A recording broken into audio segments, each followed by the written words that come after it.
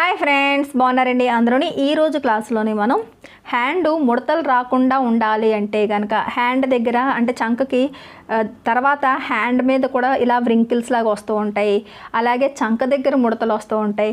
వీటన్నిటికీ కారణం ఏంటంటే హ్యాండ్ స్టిచ్చింగ్లో కూడా పొరపాటు చేస్తే ఈ ముడతలు అనేవి వస్తాయి. మీరు కటింగ్ ఎంత బాగా చేసినా సరే స్టిచ్చింగ్ పర్ఫెక్ట్గా లేకపోతే బ్లౌజ్కి ఫినిషింగ్ తేడా వస్తుంది. బ్లౌజ్ ఒక్క విషయంలోనేనండి, కటింగ్ ఎంత ఇంపార్టెంట్ స్టిచ్చింగ్ కూడా అంతే ఇంపార్టెంట్. సరేనండి, ఇప్పుడు హ్యాండ్ కటింగ్ చేసేటప్పుడు మొత్తం జాయింట్లు వస్తాయి. ఏం వచ్చినా సరే హ్యాండ్ని నార్మల్గా కరువు తీసి వదిలేసి లోతు కట్ట ఏమీ ఇవ్వకూడదు.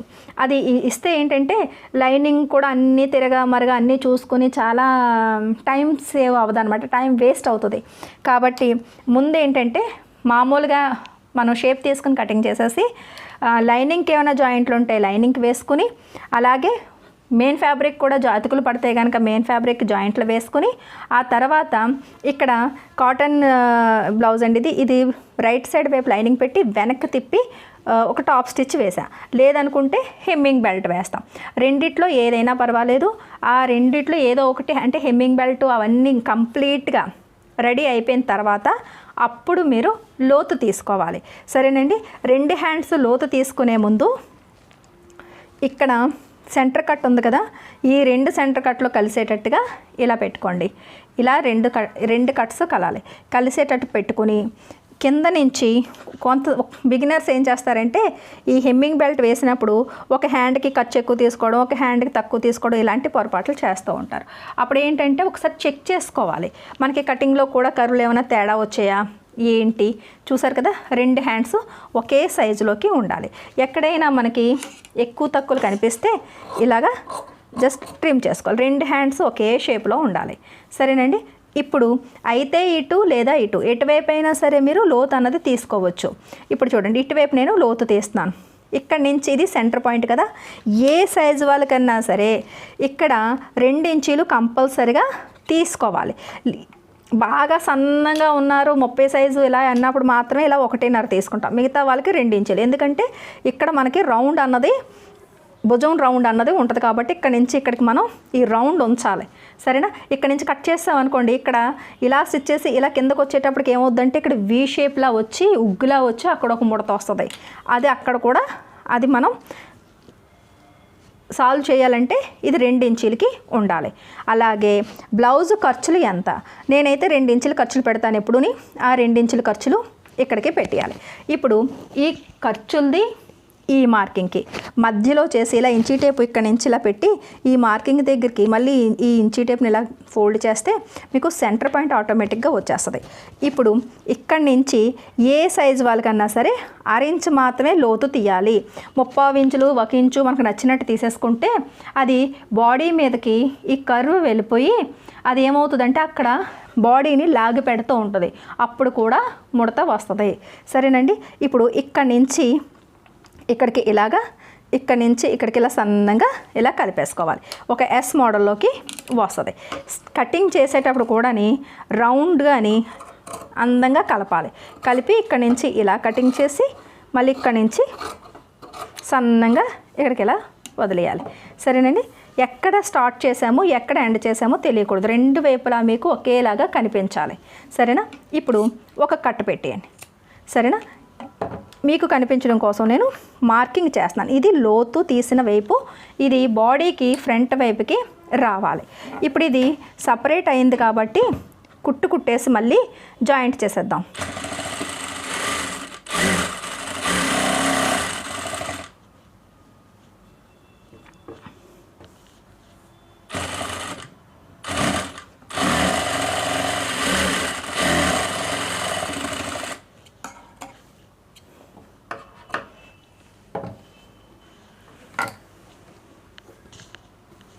ఇప్పుడు బాడీ తీసుకోండి.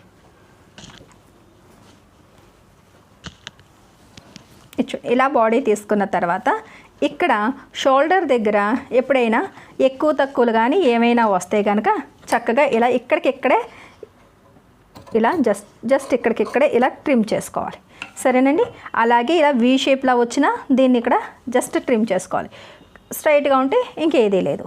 ఇప్పుడు మనం ఇలా పెట్టినప్పుడు హ్యాండ్ రెండు వైపులా రైట్ సైడ్ ఎదురెదురుగా ఉండాలి. లైనింగ్ హ్యాండ్ది పై భాగం వైపు ఉండాలి. హ్యాండ్ స్టిచ్చింగ్ చేసేటప్పుడు ఈ రూల్ తప్పనిసరిగా పాటించాలి. ఏంటంటే బాడీ కింద ఉండాలి, హ్యాండ్ పై భాగం వైపు ఉండాలి ఖచ్చితంగా. ఇలాగే ఫస్ట్ నుంచి లాస్ట్ వరకు హ్యాండ్ స్టిచ్చింగ్ అన్నది ఉండాలి. సరేనా? ఇప్పుడు ఇక్కడి నుంచి ఇక్కడ ఈ కట్ దగ్గర మీకు హ్యాండ్ సెంటర్ పాయింట్ షోల్డర్ కుట్టు దగ్గరికి రావాలి. ఇక్కడ ఒక పిన్ పెట్టండి. ఇలా పిన్ పెట్టిన తర్వాత ఈ హ్యాండ్కి ఇటువైపు ఫ్రంట్ వచ్చింది కదా, ఆ హ్యాండ్కి అటువైపు బ్యాక్ వస్తుంది. సరేనా? ఇక్కడ నుంచి 2 అంచులు సున్నితంగా పట్టుకోండి. 2 అంచులు ఇలా సున్నితంగా పట్టుకొని నీట్గా చూస్తున్నారు కదా, ఎక్కడ ఏమీ లాగాల్సినది లేదు, ఏమీ లేదు.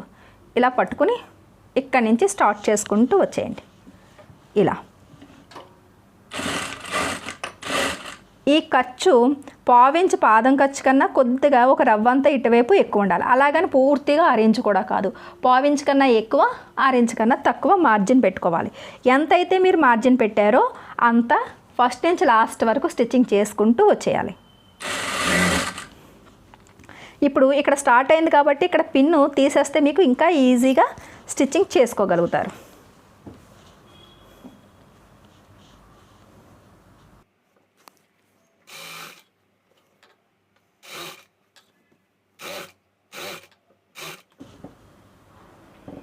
చూడండి, ఇక్కడ షోల్డర్ కుట్టు దగ్గరికి ఈ కట్ ఖచ్చితంగా వచ్చేటట్టుగా ఇలా చూసుకోండి. లేదు అంటే కనుక స్టిచ్చింగ్ చేసిన తర్వాత ఈ అంచులు 2 కలిపి మీరు ఫిట్టింగ్ చేసేస్తారు. దానివల్ల ఏంటంటే అక్కడ ముడతలు వస్తూ ఉంటాయి అన్నమాట. ఎందుకంటే సెంటర్ పాయింట్ కరెక్ట్గా లేకపోవడం వల్ల తిరిగిపోయిందనమాట. హ్యాండ్ మీకు తిరిగిపోయి అప్పుడు కూడా ముడతలు వస్తాయి.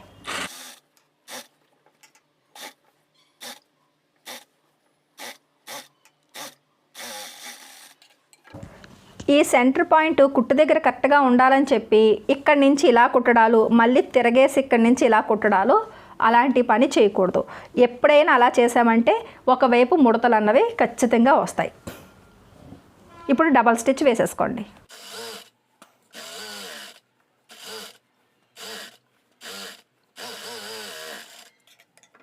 ఇప్పుడు హ్యాండ్ స్టిచ్చింగ్ అయిపోయింది. ఇది చూసారు కదా, ఇలా ఈ రకంగా మీరు హ్యాండ్ని స్టిచ్చింగ్ అనేది చేసుకోవాలి. సరేనండి? ఇలా చేస్తే మీకు ముడతలు రమ్మన్నా రావన్నమాట. సరేనా? ఇలా హ్యాండ్ ఫినిషింగ్గా స్టిచ్ చేసుకోవాలి. సెంటర్ పాయింట్ సెంటర్కి ఉండాలి. చూసారు కదా, ఈ రౌండ్ 2 ఇంచులు తీయడం వల్ల మీకు ఎక్కడా కూడా ఉగ్గు లేకుండా, వీ షేప్ కట్ట లేకుండా నీట్గా రౌండ్ షేప్ అన్నది మీకు వచ్చేస్తుంది. సరేనా? ఈ రకంగా హ్యాండ్ జాయింట్ చేసుకోండి, మీకు పర్ఫెక్ట్గా వస్తుంది. సరేనండి? ఎప్పుడు కూడా బాడీ కింద ఉండాలి, హ్యాండ్ పార్ట్ అనేది పై భాగం వైపు ఉండాలి. ఫస్ట్ నుంచి లాస్ట్ వరకు ఒకే కుట్టు ఉండాలి. చాలా సింపుల్ మెథడ్. ఇది ఉపయోగించి బ్లౌజ్ స్టిచ్చింగ్ చేసి ఎలా వచ్చిందన్నది నాకు చెప్పండి. మీకు ఈ హ్యాండ్ దగ్గర, చంక దగ్గర, అలాగే ఇక్కడ వచ్చే ముడతలు మొత్తం క్లియర్ అయిపోతాయి. సరేనండి? ఇంకా వేరే ఏమైనా డౌట్స్ ఉంటే కనుక అన్ని టిప్స్ కూడా అన్నిటి మీద మీకు ఒక క్లారిటీ బ్లౌజ్ మీద రావాలి అంటే కనుక ఆన్లైన్ బ్లౌజ్ క్లాసెస్ అవుతున్నాయండి. ఇంట్రెస్ట్ ఉన్న వాళ్ళు జాయిన్ అవ్వచ్చు. వాట్సాప్ నెంబర్ స్క్రీన్ మీద ఇస్తాను. ఆ నెంబర్కి మీరు వాట్సాప్ మెసేజ్ చేస్తే పూర్తి వివరాలు అన్నది నేను చెప్తాను. వీడియో నచ్చినట్లయితే కనుక ఒక లైక్ ఇవ్వండి. మన లక్ష్మీ ఫ్యాషన్ వాళ్ళ ఛానల్ని సబ్స్క్రైబ్ చేసుకోవడం మర్చిపోకండి. మళ్ళీ నెక్స్ట్ క్లాస్లో కలుద్దాం.